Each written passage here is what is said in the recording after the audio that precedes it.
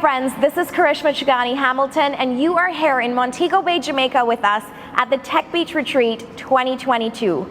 I am so honored to be sitting here with Sir Jeff Pulver, Mr. Jeff Pulver. Jeff, we just call him Jeff. And I know Jeff through his claim to fame in Vonage, but Jeff has done phenomenal things in his life.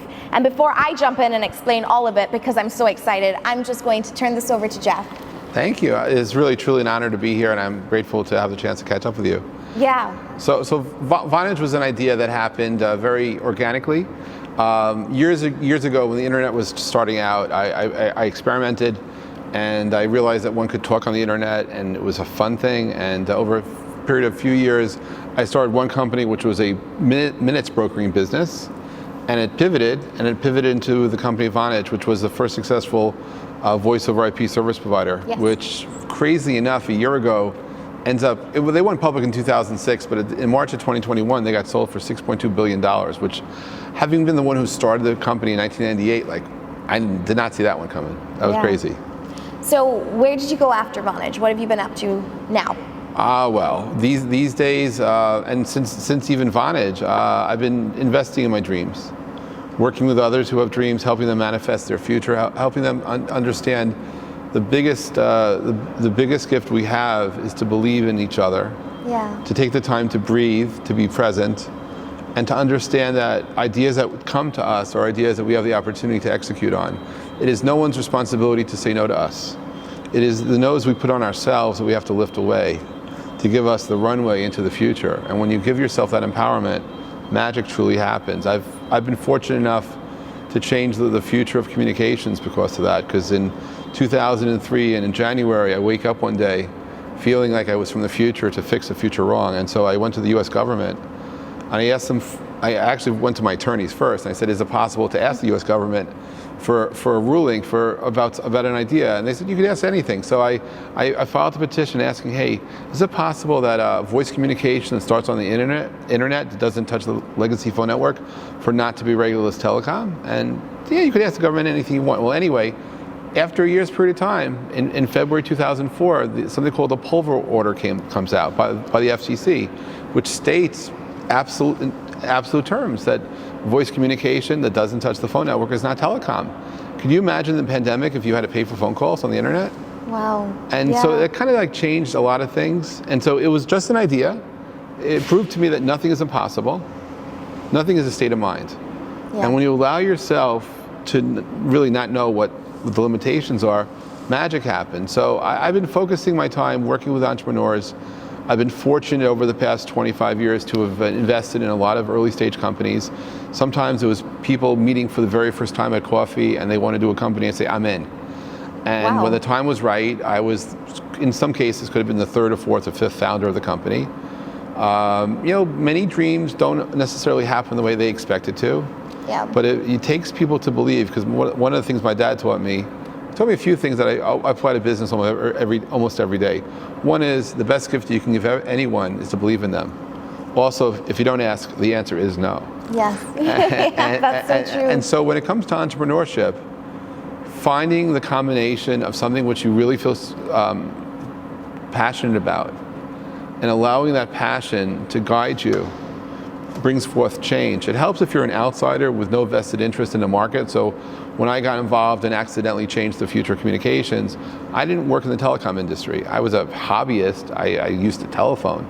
But I never thought about, gee, what if I created an alternative network, a phone network that ran over the internet? Well, what type of impact that would have? Yeah. And really, it's the power to dream and in some cases, we run very busy lives. We do.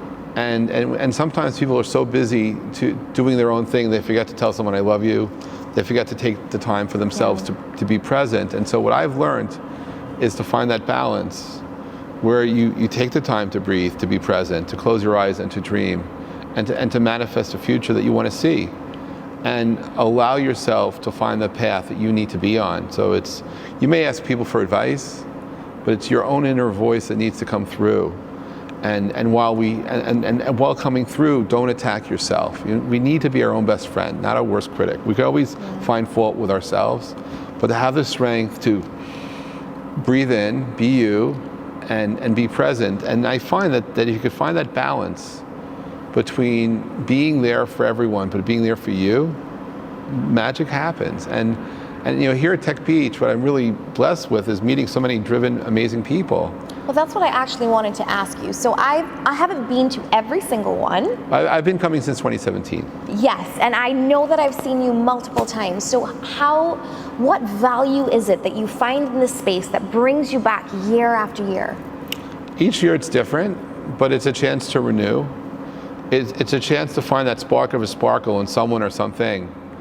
And maybe it's to be in the hallway when someone's having a hard day to tell them that what you spoke about in the session was awesome. Yeah. Because they feel bad about it because they weren't connecting. They didn't realize maybe they connected with me. And so I've been able to establish long-term relationships with people whom you'd say, what do you have in common? And the fact is we're people. Right. We're dreamers. We're doers. And so to be around the energy, which is hard to necessarily describe, but understand that Tesla wrote that life is all about vibration, energy, and frequency, where we're limited by our sight, we're limited by our hearing to what we visually and audibly do, but energy is energy, and when you can connect with the right people, it is magical. So what brings me back here all the time, it's the people. It's knowing I'm in a place around people that change the world. That if they haven't changed the world yet, tomorrow they will. And it's the infinite opportunity what brings goodness to where we are at, and people who never give up. During the pandemic, I decided to take away the word try from my vocabulary. Maybe I stole it from Star Wars, and Yoda. But if you eliminate the try, you're either doing something with intention or you're not. And when you learn as an entrepreneur to be intentionally you, and find that way to balance between sage advice and sage wisdom, but also come into your inner voice and understand that you're doing this for a reason with a purpose. And so I've met some truly amazing people here. And so to me, while Tech Beach could be taking place any place in the world at any moment in time, there's something about the platform, something about the people, something about the location, and then it's a state of mind. And so we're able to take this energy forward. And Zoom is awesome, wonderful ways to have wonderful things, but it's very hard to hug on Zoom. It's very hard to have group conversations in a meaningful way through technology. So for me, Tech Beach is where we get to dream, we get to share our voice. I didn't help back. I spoke earlier today on a session about Web3, and people said I forget how they characterized it, but I was violent. I didn't say any bad words. I was maybe a little passionate about the state of the market. I didn't say the emperor wasn't wearing any clothes, but I didn't hold any punches about where things are versus where things could be. I mean, I live hopefully in a grounded reality, but I did get an amen from the audience, so I kind of like that. It was good. It was. Well, I'm giving you an amen because I think you are such a ray of hope, and you are very inspirational, and your entire energy is just very calming and grounding and settling.